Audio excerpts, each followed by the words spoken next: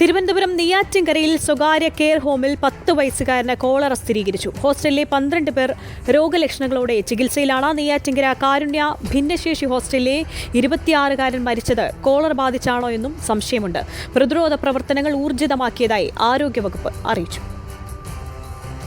ശ്രീകാരുണ്യ charitable സൊസൈറ്റിയുടെ എനിക്ക് പിന്നിലേക്ക് കാണുന്ന ഹോസ്റ്റലിലെ വിതുര സ്വദേശി അനുവാണ് വെള്ളിയാഴ്ച മരിച്ചത്.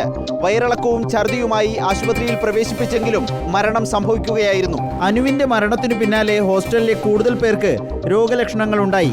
SAT ആശുപത്രിയിൽ പ്രവേശിപ്പിച്ച 10 വയസ്സുകാരന് കോളറ സ്ഥിരീകരിച്ചു. 12 പേർ വിവിധ സർക്കാർ ആശുപത്രികളിൽ ചികിത്സയിലാണ്. കോളറ പകരാനുള്ള ഒരു സാഹചര്യവും ഹോസ്റ്റലിലില്ലെന്ന് ചാരിറ്റബിൾ സൊസൈറ്റിയുടെ പ്രതികരണം. യാതൊരുവിധ സാധ്യതകളും ഇല്ല. കാരണം എല്ലാ ടെസ്റ്റ് വെള്ളത്തിൻ്റെയൊക്കെ നമ്മുടെ വാട്ടർ പ്യൂരിഫയർ ഇംപ്ലാന്റ് ചെയ്തിട്ടുണ്ട്. അപ്പോൾ ആ വെള്ളമാണ് നമ്മളിവിടെ ഉപയോഗിക്കുന്നത്. ഫുഡിലും പുറത്തുള്ള ഔട്ട്സൈഡ് ഫുഡ് ഞങ്ങൾ എടുക്കാറില്ല. DMOയുടെ നേതൃത്വത്തിൽ ആരോഗ്യവകുപ്പ് ഉദ്യോഗസ്ഥർ ഹോസ്റ്റലിൽ പരിശോധന നടത്തി. ഹോസ്റ്റലിലെ കിണറിലെയും പരിസരത്തെ ജലാശയങ്ങളിലെയും വെള്ളം ശേഖരിച്ച് പരിശോധനയ്ക്ക് അയച്ചു.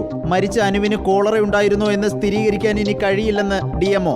ഒരാളിനുണ്ടായ സ്ഥിതിക്ക് ബാക്കി എല്ലാവർക്കും അത് തന്നെ ആയിരിക്കാനാണ് സാധ്യതയെന്ന് നമ്മൾ അത് അങ്ങനെയാണ്. കൃത്യമായിട്ടുള്ള കണക്ക് നമ്മൾ കുറച്ച് പേരുടെ ടെസ്റ്റുകൾ കൂടെ ചെയ്യുന്നുണ്ട്. അതിൻ്റെ റിസൾട്ട് നാളെയും മറ്റന്നാളൊക്കെ ആകുമ്പോഴത്തേക്ക് കിട്ടും. കോളറ പ്രതിരോധ പ്രവർത്തനങ്ങൾ ശക്തമാക്കണമെന്ന് ആരോഗ്യമന്ത്രി വീണ ജോർജ് നിർദ്ദേശിച്ചു.